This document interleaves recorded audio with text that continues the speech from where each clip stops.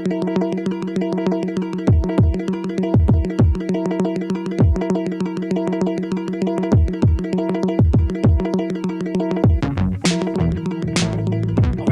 for this, mate. Everyone needs to hear the story, big dog. So yeah, that's it. Yeah, there's Big Joe Stevens, fellow road runner. There he is. He's online. My guy. Yeah. There he is. Road Runner Nation. All right, guys. So we'll get started. Jack's on. So as you guys trickle in as well, we'll get started here. So a quick, big introduction here to Cal State Bakersfield commit, left-handed pitcher, Jack Lee, with us tonight. Awesome. So it's welcome, awesome to be Jack. here. Thanks for having me on, dude. Of course, mate. We're excited to dive into the mind of Jack tonight and hear the journey and what makes you tick, mate. So, yeah, I'm excited to hear this stuff too. So let's go through the journey, mate. Last couple of years, why don't you walk us through from junior to sort of what led up to here? Kick us off. Yeah, so for me, it was a long and slow to start off. It was a slow process. And I guess it would feel like that for all the young kids too. Getting recruited to play baseball at any level, whether it's Division 1 or junior college, being from Australia takes some time, right? And it takes a lot of hurdles to jump through, as you know. But me, it started. Yeah, I'd say it started when I was, year 10. So I would have been, 15, 16 years old or whatever.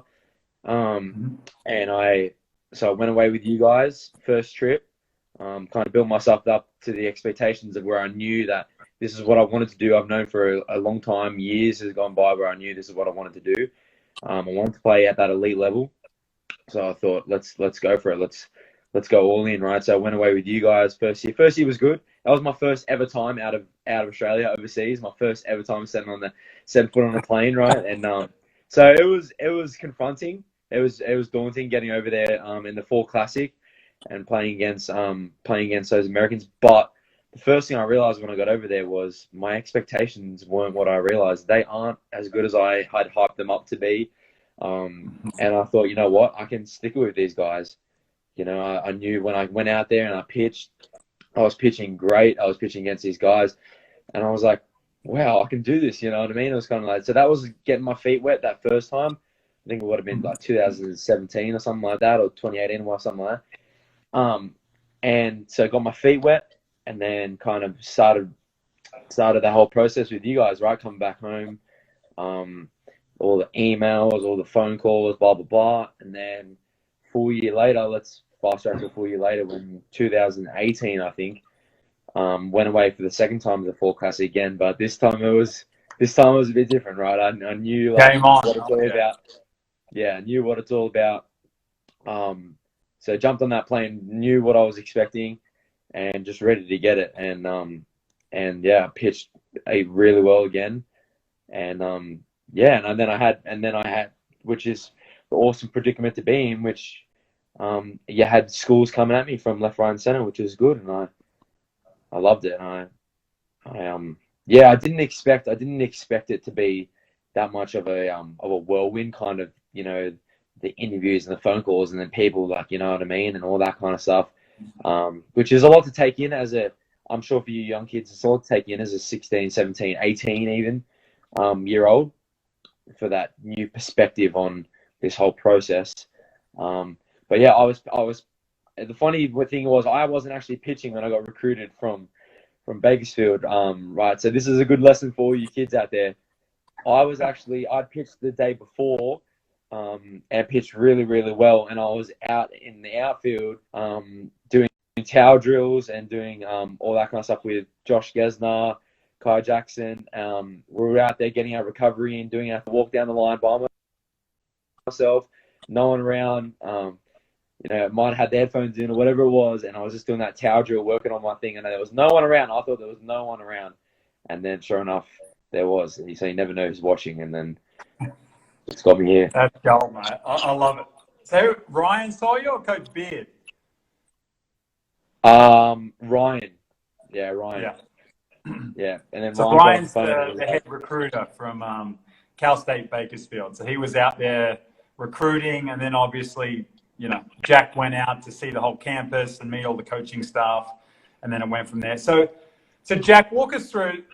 So with you, it was like an 18-month process. So a lot of kids could have gone away that first year and got a bit disheartened. It didn't happen right away. So Yep. I love what you said, where you didn't quite know if you could run with these American kids or not. And then you showed up, you're like, hold on a second, I'm sort of dominating. I'm just as good as anyone here. And then that fire really kicked in, like, I can do this, that belief, like, okay, now I know what I need to work on to close the gap, and let's get it done. And you're a man on the mission, leading into that next fall classic, and you still are now. Now you're about to prove a point. Okay, you want to be the Friday night guy. You want to do all these different things. So walk us through that mindset that changed a little bit for you right there and then that first trip. Yeah, so I had really nothing to base my own kind of athletic ability. I knew I was good in Australia, but to go over and compete against these guys was daunting. I knew that was going to put me in my place. I was going to see where I am compared to all those kids that have that 7-day-a-week grind of baseball that's instilled in them from a young age. So I knew that was going to be the way it's going to be. But yeah, as I said before, I was just completely, when I went over there, I was completely shocked, and they're like, all right, you know what I mean? Like, kind of that instinctive, like, okay, this isn't what I thought it was going to be. I can run with the big dogs, you know what I mean? So then that's right. That gave me that fire to come back home. And I knew that when this comes around in a year's time, exactly a year, marked on that calendar, right? And everything was hunting towards that date. And I knew that when I go back over, I'm not running with the big dogs this time. I am the big dog. So it's just how that mindset changes when you know that when you see something for the first time, or not necessarily the first time, but when you realize self-belief and potential and the ability to go, all right, I am a lot better than I thought. And I know that people struggle with the whole confidence and especially in baseball. But you have to believe that you are good enough. And then when you do realize that, for me personally, it was all gas, no brakes, full steam ahead. And I just went for it. And that turned out to be perfect. Rolled around next year, dominated again. College, got my college scholarship offer, took it, blah, blah, blah, that whole process. And then it just kept lighting the fire. Like a lot of people, they'll get their scholarship offer and they'll take it, and then they'll just take a seat and they'll be like, sweet, you know what I mean? I'm going to D1, like, this is it. That, for me, that was like, all right, I'm going to work even harder now. And I don't know how, but because I thought I was working hard, and then I'm like, you know what, extra gear. And ever since then, it's just extra gear. Now during coronavirus, like, I'm working harder than ever. And it's just because I know that I have my plan and I have my goals, and nothing is going to stop me from getting it. Nothing. Yeah. I mean, you've definitely not only bought into, but you've taken it to the next level of no one's going to outwork you. Nobody. No one. Okay? And you know that. You live by that. I see you posting those videos. You're up at 5:30 whenever you are every morning. You're getting it in. Okay? I'm so proud of you, mate, because you've taken it and ran with it. So a lot of kids on here and parents, as you just said, like, this stuff's hit, right? And it's throwing everything for a loop. Baseball season's been cancelled, winter season, development stuff. For you, I mean, your first college season's been pushed back. I mean, you're supposed to leave in a couple months to go over to something that you've worked your whole life for. And we've had a couple conversations about this, and just walk through, because I think it's important the kids hear this, that we all deal with this, right? But it's how have you stayed on track, and what you just said, like, I'm not only going into this sort of isolation, everything, I'm coming out even better than this. How do you keep your eye on the prize here? It's so close, man. Like, it's just on the tip of my tongue that everything I've worked for is so close. So I'm just, and I look at it like it's a positive. A lot of people look at it as negative. I look at it as positive, and I flipped it around and said, look, that gives me more time. You know what I mean? I've flipped it around and gone, all right, cool. Coronavirus may suck, yes. I should have been on a plane right now. Best case scenario in a couple of weeks or whatever, but that's not the case. So what does it give me? It gives me more time to hone my skills, and that's scary. I feel like that's scary for other people. Like, it's like you're giving this kid more time to get better. It's like, that's scary. Like, you know what I mean? So, but I personally, I have set out what I want to achieve in so many different aspects of the game, and not even just baseball, off the field, of like weight and food and diet, nutrition, recovery, yoga. Like it stems so long, and it's just about living that. It's not. It used to be a mindset, but now it's just become a lifestyle. Like this is what I live for. You know what I mean? Every single day, as I said before, this is what I live for. So if that means that I have to do what no one else is willing to do during this time, then sign me up. You know what I mean? Like I'm all in on this. So this coronavirus, and I love it because coronavirus has sent every single baseball player or college commit, whoever you are, has sent everyone into their own corner and block the doors, right? So no one knows what everyone else is doing. And then when those doors open and everyone comes out, you will be able to see who's done the work. You know what I mean? And when that door opens and I come out and I'm on that plane and I'm over there, man, I want to turn some heads. You know what I'm saying? As I said before, I want that Friday night spot. And I don't just want it. I want to, like, I don't even want any competition for it. I roll in there. I'm taking that thing like I own it. And then I'm walking out with it. 3 years later, junior year, that's it. First round. First rounder from Australia. First rounder from Bakersfield. Taking the whole trophy case with me and off to the big leagues. So, and nothing's stopping me, dude. Like, nothing's stopping me from that. And, you know, as I said, as I tell all my kids that I do lessons with and all that, it's about having that mindset of like, nothing is more important than this. No parties, no nothing, right? No anything. I'm willing to sacrifice. And like my old man used to say, like, all in, like, nothing is more important than this. You know what I mean? If you want to commit to it 100% and go all in. And that's what I've done. And I'm not going to come this far just to, during coronavirus, to sit down and watch Netflix all day. You know what I mean?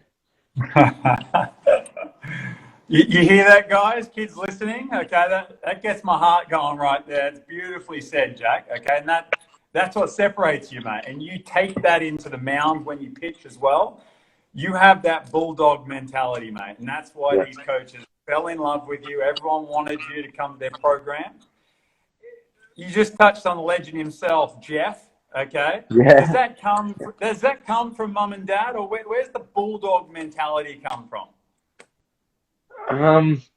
I think not necessarily the bulldog mentality, but my parents instilled for me from a young age that mentality of like, nothing is worth doing unless you're doing it 100%. That my parents have never really been. I didn't come from an athletic family. I didn't come from, you know, those families where your parents have been athletes in their life or whatever, blah, blah, blah. But I did grow up with those common morals of hard work and instill. So and it wasn't necessarily baseball, but my mum and dad always instilled for me from a young age of just whatever you're going to do, you have to work hard from it. And to be good at it, that just takes it to the next level. And then obviously that kind of from a young age, that kind of turned into, you know, I started to ride, you know, that hay bale just kept rolling down the hill and getting bigger and bigger and bigger. And I just ran with it. And yeah, you're right. When I was younger, it turned into that baseball obsession. And then, yeah, it just had to fuel the fire. And then now where it is today is my mum and dad have just looked and gone, what have we created? Like, that's just too far gone. Yeah. Like, that's too far gone, you know? But yeah, I 100% have to say that from the start, it has been my mum and dad that instilled me. I've just gone and, you know, added to it immensely during the years. But yeah, I can definitely say that dad and mum have done that from a young age.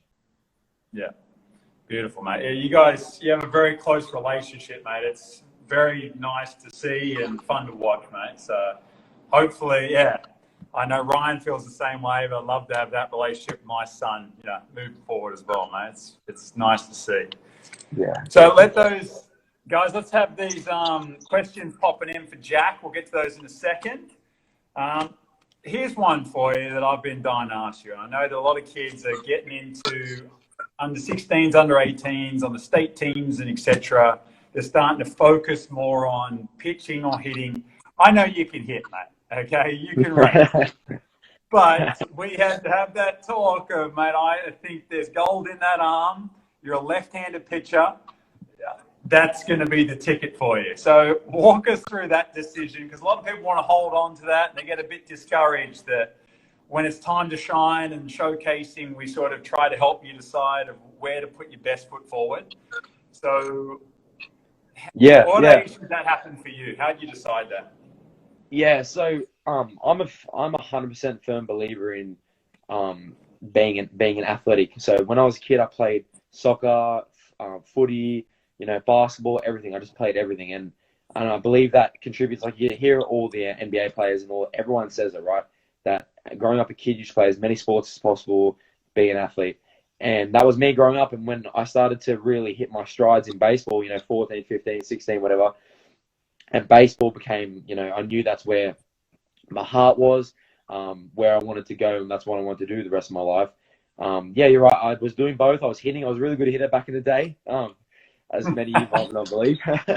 But I love both of them. But I realized that your time shouldn't be divvied up. If you want to, then that's your choice. But I feel like if your time is divvied up between two things, you start to lose ground in both of them. You know what I mean? So I wanted to fully commit myself to pitching, because I knew, as you said, I knew I had a very good arm. I knew, and pitching was where not only physically but mentally, that's what I love, and I wanted to do that. And so I just went all in on the pitching, and never looked back. So I think advice-wise, I would advise that kids start to learn that, listen, you got to go towards your strengths, right, and put your effort into what you know is going to benefit you in the long run. You know what I mean? If you put, if you start doing like, Otani and stuff, like he's a freak athlete. Yes, I understand that. But if you start putting all your effort into hitting and pitching at the same time, I feel like you're going to start to lose a little bit here and there in both of them and not be able to reach full potential.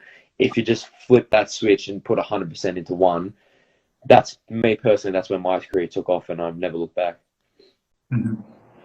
Awesome. Let's get into some of these questions. So we've got GCU commit Jack Waters said, "What's your favorite workout?" Haha, it's a good question. That's a great question. Anything that smashes me, to be honest. I'm always mixing it up. I love it. I mean, I'm always mixing it up, but at the moment, it's all Olympic lifting. So my snatches, my hang cleans, my power cleans, deadlift, squats, all that kind of stuff. I'm absolutely tearing that up at the moment. Trying to get that acceleration, right? Like putting the physics side of it into it, like Newton's second law, right? Mass times acceleration equals force, right? So I'm trying to force myself down that mountain as hard as I possibly can, and try and get heavy doing it, right? So those Olympic lifts at the moment are definitely my favorite for sure. At NxtGen U, Rhino and you guys worked very, very closely. Okay, had you on the spread testing, the run and guns. Your velo the last 18 months has gone through the roof. So I know velo's king, and a lot of kids are chasing some different things. Let us know what's been the biggest key for you, like the last 12 months to send that through. Yeah, so for me, it's about being as mobile as possible, but being as strong as possible. So I do a lot, as probably a lot of you see in my stories, I do a lot of like yoga and mobility, which I think is really important for all you up and coming baseball players, or even established players, because your ability to, pardon me, as a pitcher, let's just talk pitching, my ability to get in positions that other people can't, will prove that extra mile an hour, as well as being strong, right? So I get into that internal, external rotation, and become strong doing it. It's a game changer, right? So I started doing a lot of mobility, yoga, and then I started I've always been doing it, but just ramping up those heavy deadlifts and those heavy squats and those heavy snatches and those movements where I'm getting that explosiveness, you know what I mean? I feel like in my legs too, I've really, really put emphasis on my legs. So box jumps, reverse lunges, all that kind of stuff is just a gold mine waiting to be dived into. So it's just, you have to really tap into that kind of combination of strength, power, and mobility. And that'll get you in those power. I still haven't mastered it 100%. Like, I know there's still heaps more in the tank for me. I want to be like 94, 95 when I get over there freshman year. But I know in order for me to do that, I have to keep on that track. I'm on that track, but I have to stay on it, and get as mobile as possible, get as heavy as possible. I want to get that weight up to 220, and then just force myself down that mountain, be as strong as possible, and never be outworked.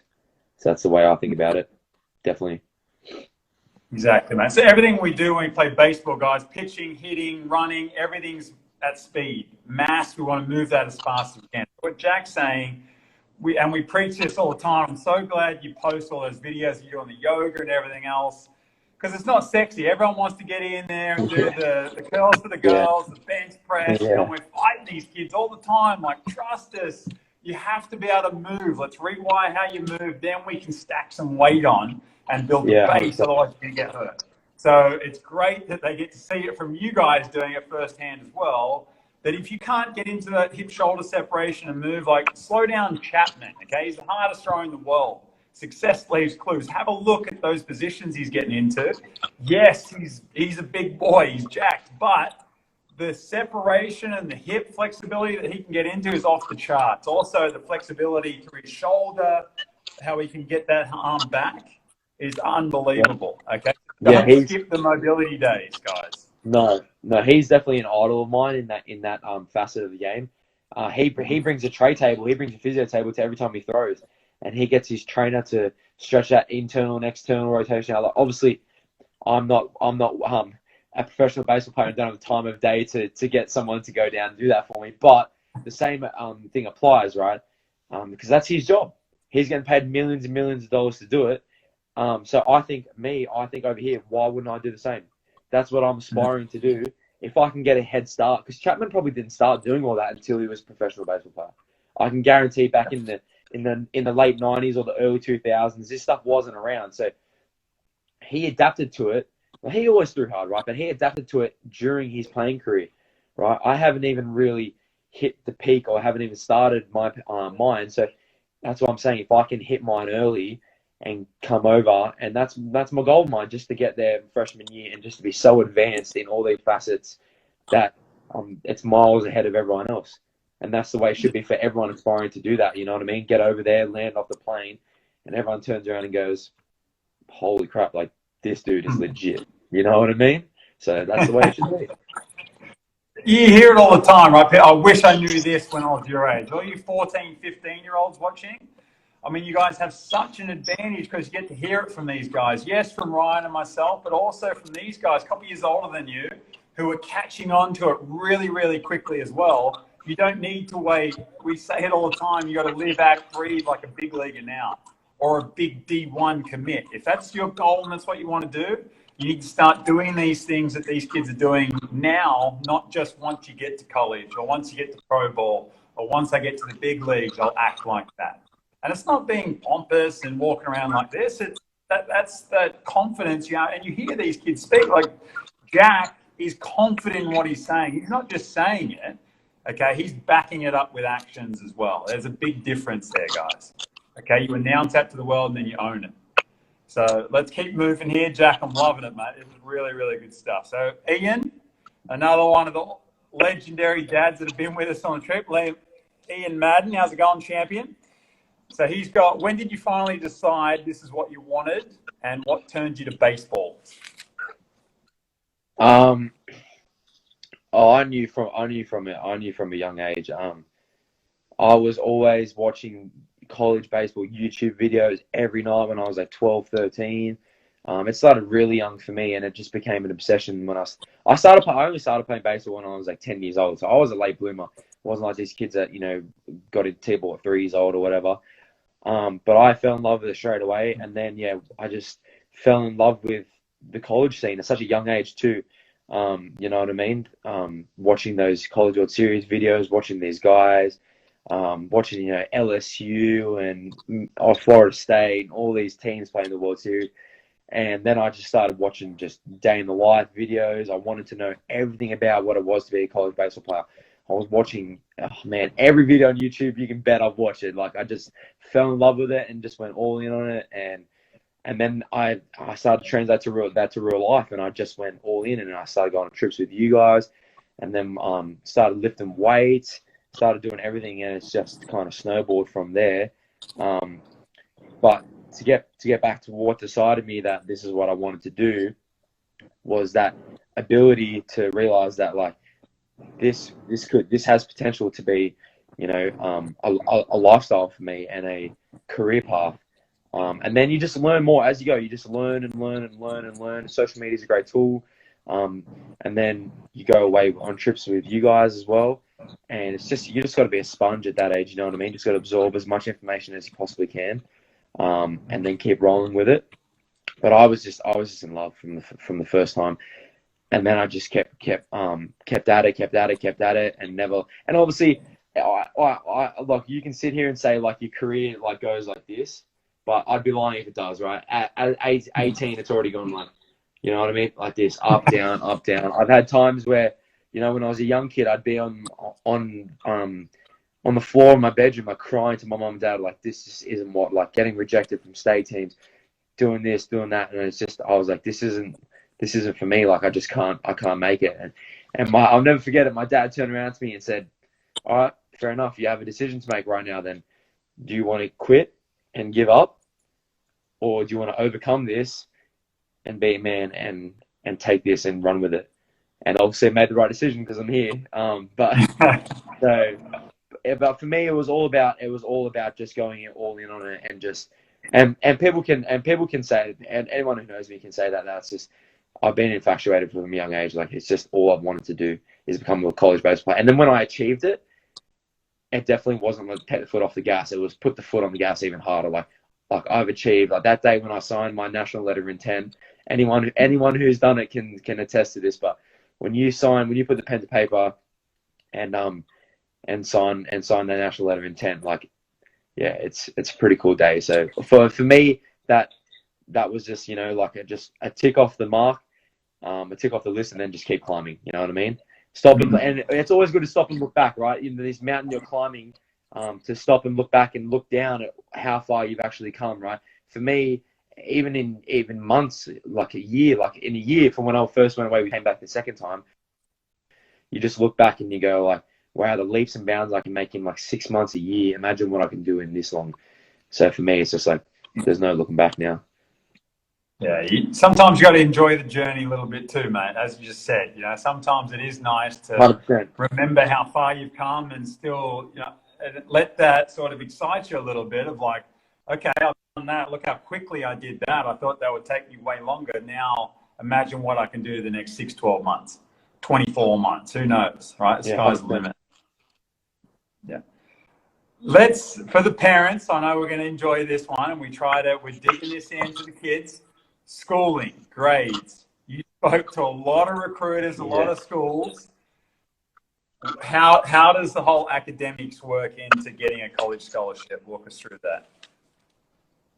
Yeah, so it's huge. I mean, it's called a student athlete for a reason, right? Student comes first before athlete, and that's been instilled with my coach over in America, over at Bakersfield, with all the interviews all the college scholarships I got offered, all of the interviews I sat down at, they were like, look, we love who you are, and I think parents need to really, really understand this, that college coaches really don't care about physical ability as much as you think. That's very important and gets you in the door, but all the questions that are asked in interviews are, what's he like as a kid? What are his grades like? Is he a good son? Is he a good brother? Does he throw his helmet when he gets struck out? What's he like on the field? Is he a good teammate? Blah, blah, blah. It's not, how hard does he throw? What's his curveball like? What's his changeup do? Blah, blah, blah. They already know that. You know what I mean? Like what got me where I am now, yes, I went over there to the Arizona Fall Classic, and all these scouts saw me like pitch really well and shove and deal, and my pitches do this, velo, blah, blah, blah. But that time where I went down the line and was doing a tower drill, that got me what I have now, because that showed them, this guy, when the curtains are closed and no one's around, this guy will work. He's a hard worker, and that's what we need to win championships. So on the academic side of it, college coaches know that if your son does well in the classroom and he's studious, he's going to take that onto the baseball field, and he's going to work hard on the baseball field. Because I always felt like if I worked hard, especially when this whole college ball got rolling at school, man, I was just like, you know what, this is what I need to do. And you have to know that academics is make or break for a college scholarship. They're not just going to take someone that, oh, okay, he throws really hard, but he gets straight D's. Okay, that's all right. We'll still take him. No, it's not how it works. You know what I mean? You have to be good in the classroom and good on the baseball field. And that's why it's so hard. That's why people don't understand how hard it is at Division One. You know what I mean?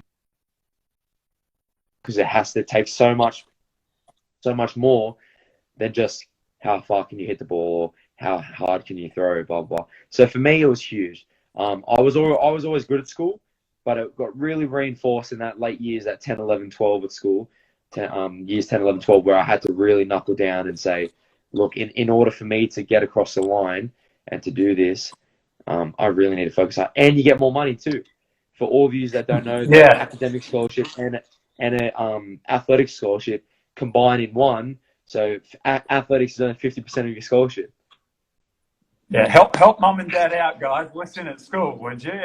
These schools are expensive. Yeah, literally. So, and we're proud of you guys. A lot of you guys have qualified for academic scholarships. So it's been huge. I mean, it closes that gap of that's making a decision of like, we just can't make this work. You can't go to this school versus, hey, now it's affordable. Now you can make the leap. So try to cover everything for mum and dad. Why not, right, guys? They've done enough for you guys, and now it's time to repay it. And you can do that in the classroom by locking in. These coaches too, they're busy. They don't want to have to worry, is Jack going to class? Jack missed another class. Now they've got to bring you in. They've got to call, hey, your grades are slacking. We need to keep you on the field. They're making an investment in you as well on these college scholarships. They want to make sure you're on the field performing. If you're not hitting whatever grades Cal State Bakersfield, what Coach Beard has set for you guys, you're not going to play. It's as simple as that. He runs a very tight ship. You guys have a lot of fun, but there's no goofing off, no not going to classes or being disruptive in classes. So, and the same thing for Ryan and I. If we're going to push you guys to these schools, we want kids that we can trust too. We know that Jack's going to go and give everything that he's got, and they're not going to have to worry about him not going to class. Because what happens all of a sudden, if that happens at a school, they're not going to ask us for kids again. Whereas now, that's why we're having so much success, because we roll in and they come straight to our field. Hey, what do you got? I need this position, this position. Okay, and now that's from you guys, from the years, the players that have been with us and have gone off, they're building that brand now that they know, okay, we're going to go over here to see the Aussies, Team NxtGen's over here. They always bring the best kids. We need to go see them all. Hey, what do you got? Yeah, we want a pitcher, or we need a shortstop, an outfielder. That's how all this works. Now they're able to trust it and know that these kids go in there and they're gonna perform in the classroom and on the field. Yeah, 100%. Okay. 100%. All right. So Aiden right here has got another question for you. We'll start banging through these. So Aiden says, what's your favorite pitch?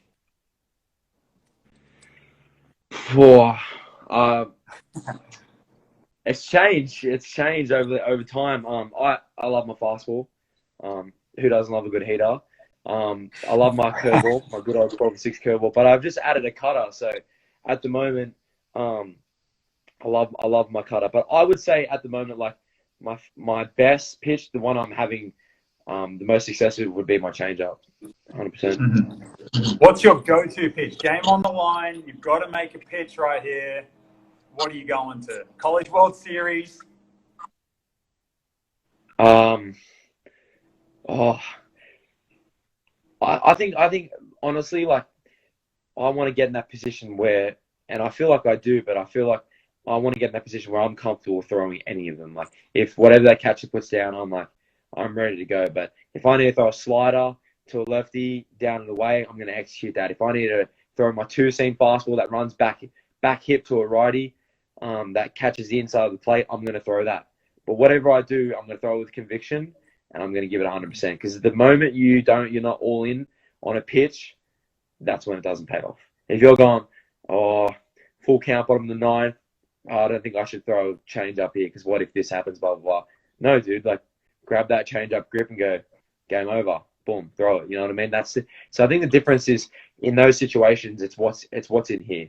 You've been working your whole life on the pitches. You know that they're there. I know my curveball, my bread and butter's there, my slider's there, my change up's there, my two seams there, my blah blah blah blah blah.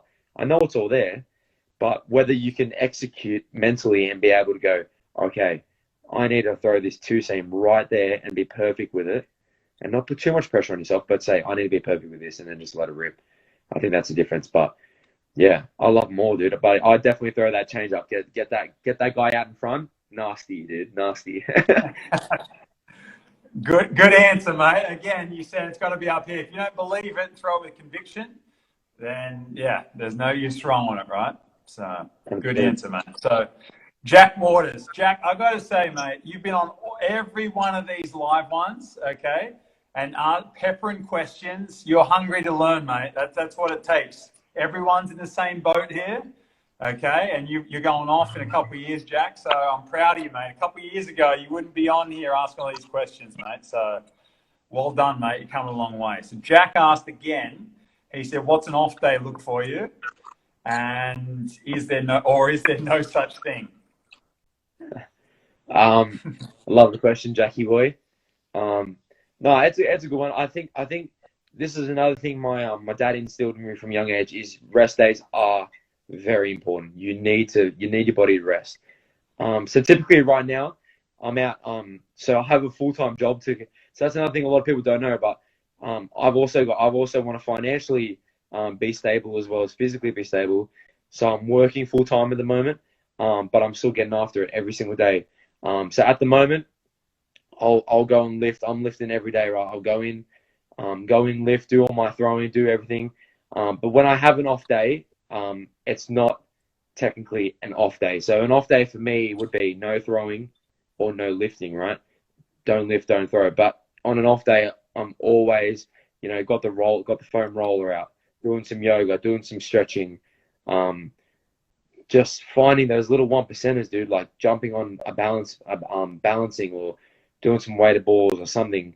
So to answer the question, to be realistically, no, there is no such thing as an off day, because if you want it that bad, even the off days aren't even off days anymore. I've gotten to a point where the off days aren't even off days. You know what I mean? Like you tell yourself, you tell yourself that you're having an off day because you might not be going at 100% like you do every other day. But realistically, no, there is no such thing as an off day, because I feel like as soon as I take my foot off that gas, there's some Dominican kid or Jack Waters is out there. Someone's out there trying to outwork me, and I'm too competitive to let that happen. No one's going to outwork me. So Jake Burns, Trav Bazana, Joey Stevens, Jimmy, someone's out there, right, trying to beat me, and I'm like, that's not going to happen. So the off days aren't off days anymore. I'd love to say they are. Sit down with a beer in my hand, watching Netflix, but it just doesn't happen. Do that after you've had your big league career, mate. All right, you've got plenty of time for that after. Exactly. Yeah. I love it. All right, we've got some more questions rolling in here, which is great. So it says, what work needs to be done outside of the team environment, and are they just extra activities, or is there a complete lifestyle? Good question. Yeah, that's a great question. So me personally, that team environment or the game style is just it's the finished product. When I go into that team environment, or I rock up on a weekend for a game or do tournaments, whatever, that's the end product of all the behind the scenes work, of those, as it says here, the extra activities, all that stuff that I do day in, day out, every single day, wake up in the morning, going to lift, doing my circuits, doing my Olympic lifting, everything, my cardio, my agility, my sprints, my yoga, everything of that just bubbles into the finished product, what everyone sees. You know what I mean? And I'm sure a lot of people love to see, oh, wow, this kid's, when they rock up to my game, oh, this kid's a star, blah, blah, blah, and then they just walk off and leave it. But no one realizes how much all those countless nights, right, in the garage, dogs barking, nobody around, music blaring, just absolutely giving it everything I've got, or the opposite, 5:30 wake-ups. Even on the other side of it, right, you go to work and you slave yourself away at a job that you don't want to do just to financially set yourself up that you'll never have to work another day in your life, right? So when I get on that plane and I go to Bakersfield, I know that I'm going to be a professional baseball player, for the rest of my life, or after that, I'm going to make enough money, blah, blah, blah, that this is the last job I'm ever going to work in my life, you know what I mean? So it's just about the finished product that people see in that team environment isn't what people think it is. It's that extra activities. It's that it's what you're giving it behind closed doors that really makes that difference, right? And to complete the other one, is it a complete lifestyle? Yeah, 100%. 100%. As I said before, if I wasn't, realistically, I know if I wasn't trying to be a big leaguer, I'd probably still do the same workouts and work just as hard. If I wanted to be a lawyer, a real estate agent, a barista, whatever it is, right? I'm going to give it 100% and work my ass off to do it. That's just the person I am. But it just happens to be that this training lifestyle that I have at the moment down pat that's just, I love it so much that it doesn't really matter if I was trying to be a big leaguer or not. I'm infatuated in it. It's a lifestyle. And you hear all these guys talking about it, like LeBron James, and for everyone that knows Michael Lorenzen, the Reds pitcher, who's absolutely yoked. But it's a lifestyle for him. Like, he wakes up in the morning and he gives it everything, and he's willing to sacrifice everything, right? Because he knows there's no greater love or anything bigger in his life at the moment than his big league career. And that's the same for me. Nothing at the moment. Like, if I have to choose between going to lift at 5:30 in the garage or getting those 2-hour extra sleep in, I'm going to choose the lift every single time. And that takes that mindset. Then that doesn't just happen overnight, right? That's got to accrue through making mistakes, through learning different methods, blah blah blah. And my methods now are picking from Ryan, from you, from Coach Beard, from other people, from my trainer, from my coaches, blah blah blah. And it just all accrues into what you make it. But if I could say anything, that if you're going to go for it, all these kids, if you're going to go for it, it has to be a lifestyle. And because these Dominican kids, mate, they have nothing. These Venezuelan kids, they have nothing. They have rocks and sticks, and they're out working their ass off. So I see it all the time on social media. That's the great thing about social media. I see the videos of these kids, and I want to outwork them. As Derek Jeter said, there may be people that are better than me, but there's no one that's going to outwork me. And that's how I see it. There's going to be no one that outworks me. Nobody. Yeah. That's why you are who you are, Jack. We love you, mate. That's beautiful. Well said. All right. Jesse Toon said, miss the Moorbank days. Oh, yeah, the good old Moorbank Brawls days. That's throwing back. All right. Johnny Lem, catcher up in Queensland, said, what's the biggest thing for your mindset before the game? Kill. It's just kill or be killed.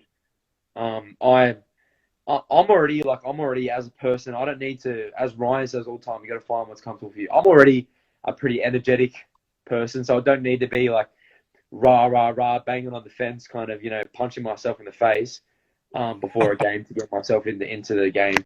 But I do feel this is a really good question. I do feel like I need to follow through with my certain routine, or it doesn't feel right. So before I pitch, before game day, I have my certain things that I like to do, and it's got to be like, you see videos of Jacob deGrom doesn't throw a pitch until 6:30 right on the dot, and people look at that and go like, that's weird. Like, why won't he throw? It's like 6:29 and 50 seconds, and he won't throw, and then boom, it hits 6:30 and he throws.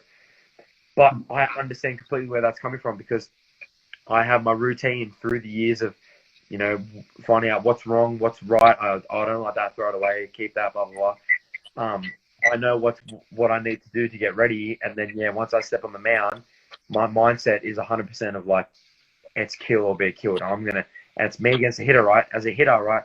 So you're a catcher. As a hitter, you should have the same mindset, right? Against me, like, all right, it's kill or be killed. I'm going to hit you for a double off the wall and, a backspin line drive, blah, blah, blah, whatever it is your goal is. But my goal is I'm going to get you out in as minimal pitches as possible, and I'm going to send you packing. And it's just, you got to stay in that motion. I've got to stay in that notion for 110 plus pitches. And as soon as I slip and as soon as I lose that concentration on that mindset, boom, double off the wall, boom, base hit, walk, and then next thing you know, pitches. Everyone knows. Ryan will tell you.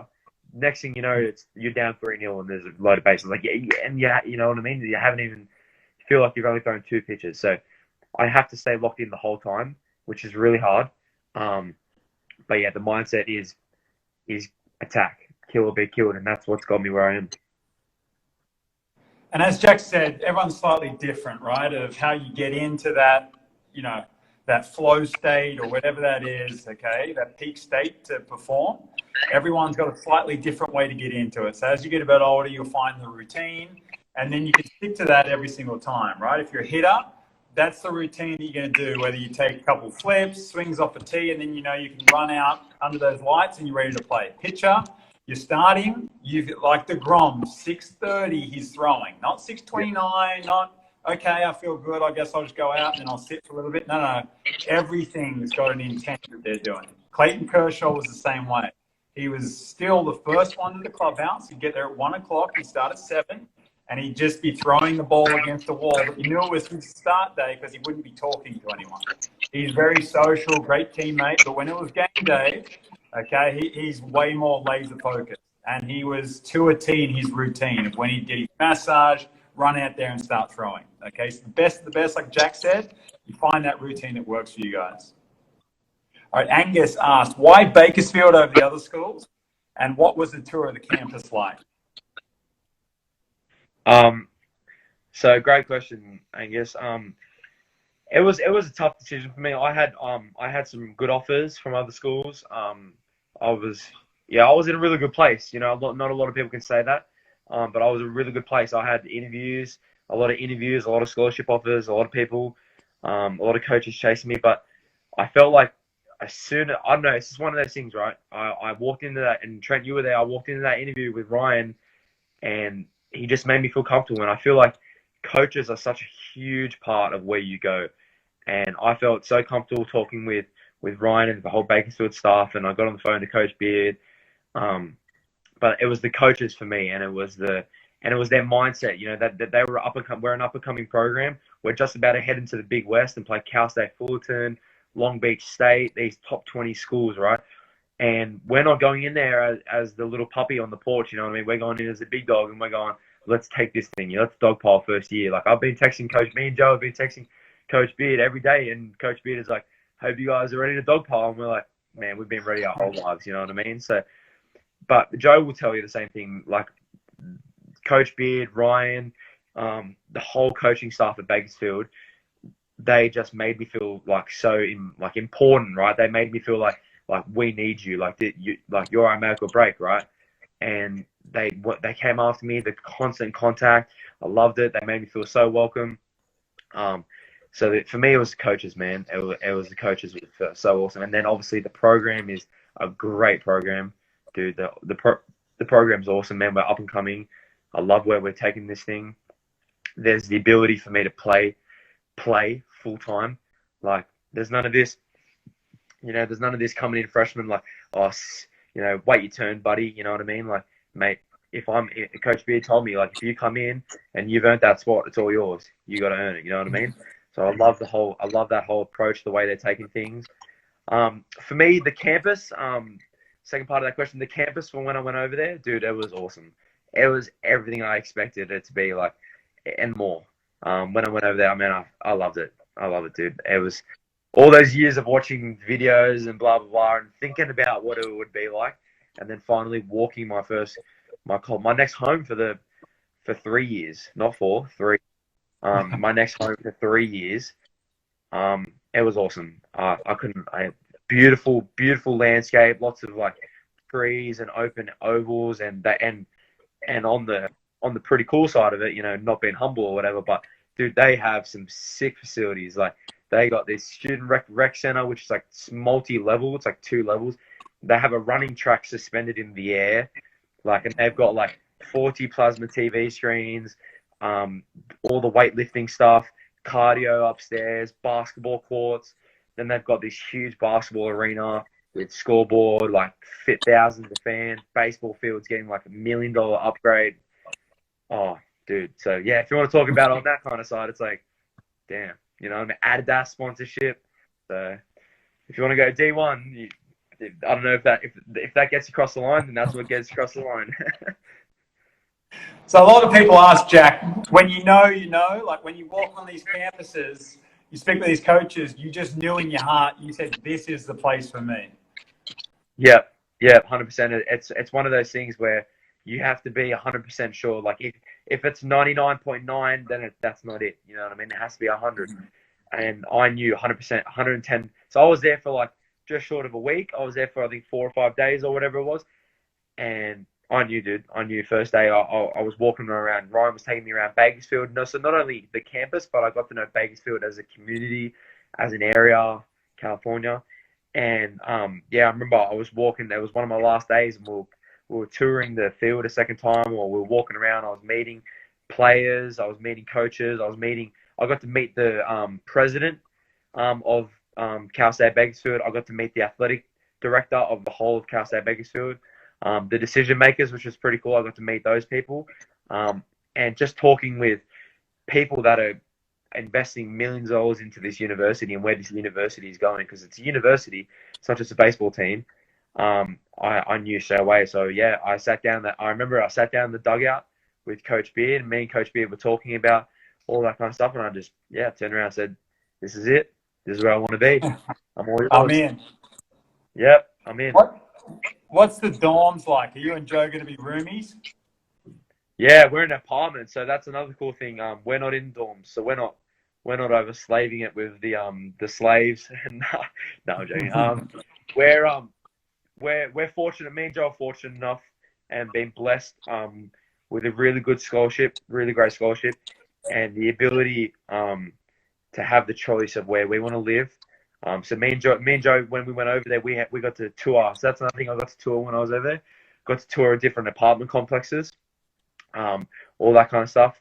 And yeah, me and Joe are going to live in an apartment, which is awesome. We're only about 2 minutes off campus, either way, whichever one we choose, which is going to be awesome. So just jump on a skateboard, go to class, whatever you have to do. And then yeah, me and Joe will be grinding together. Yeah, it's a good setup you guys got there. You're lucky. Yeah, it's awesome.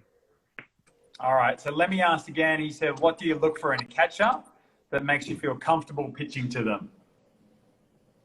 Great question again. I think feedback from catcher's point of view, I want a confident catcher. I want a confident catcher. I want someone who their ability to put down signs right in different situations. For me, if I'm on the same page as someone, if I have someone that's got that same mentality going into at bats, going into innings, I love a catcher who comes between innings. I love a catcher who comes over and says, "Look, dude, what do you reckon about this guy? What do you reckon about this guy?" Obviously, you've got to go hit, get ready, blah blah blah. I understand that, but I love guys that come over and just like, "Look, what's our plan of attack for this guy?" Or I saw you pitch, do this last time, because I can't see from their perspective, right? The whole time I'm pitching, I'm behind the ball on the mound, but I want to see what I want to see what my spin's doing on my changeup. Is it diving? Is my changeup not doing everything today that it's supposed to be doing? What's my curveball like today? Blah, blah, blah. So I just want a guy that's on the same page. And I know that's hard, but if you're confident behind the plate, if you're willing to learn and just go all in, as I said before, go all in on the catching point of view, that makes the pitcher comfortable. And it's you can't necessarily make a pitcher comfortable just by talking to him, be like, "Hey mate, I'm here for you, blah blah blah." No, you got to make him comfortable through what you do, right? So in all your pre-pitch routine, right?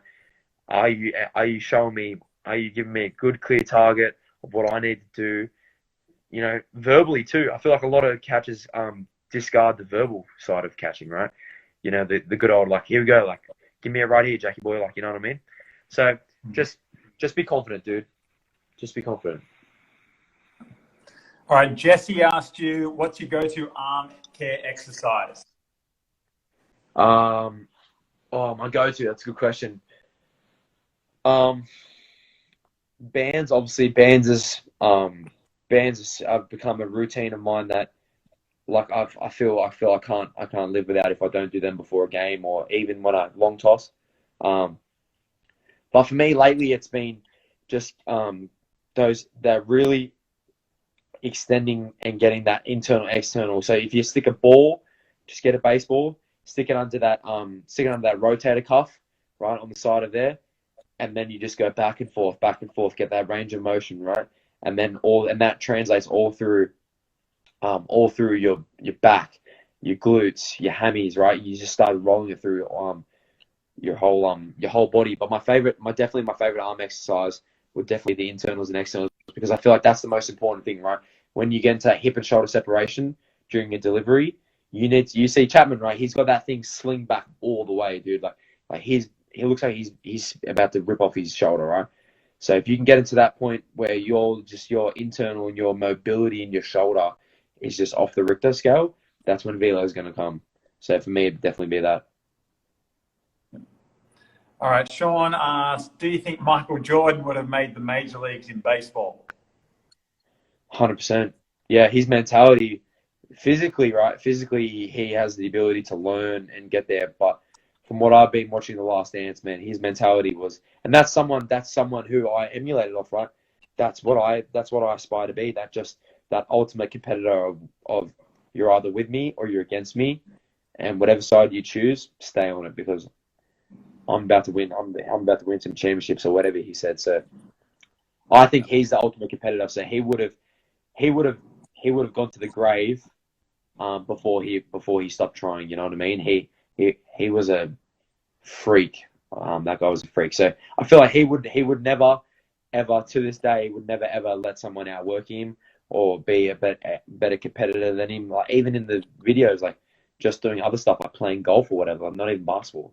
Just wouldn't lose. Just didn't want to lose. Like, so I definitely think, to answer your question, I definitely think he would have made the major leagues just because of that mentality.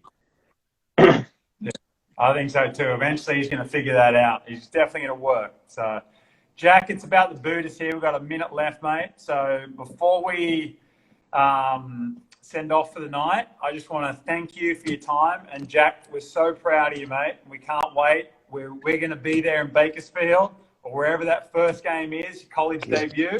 We're going to be there cheering you on, mate. Road runners, repping it.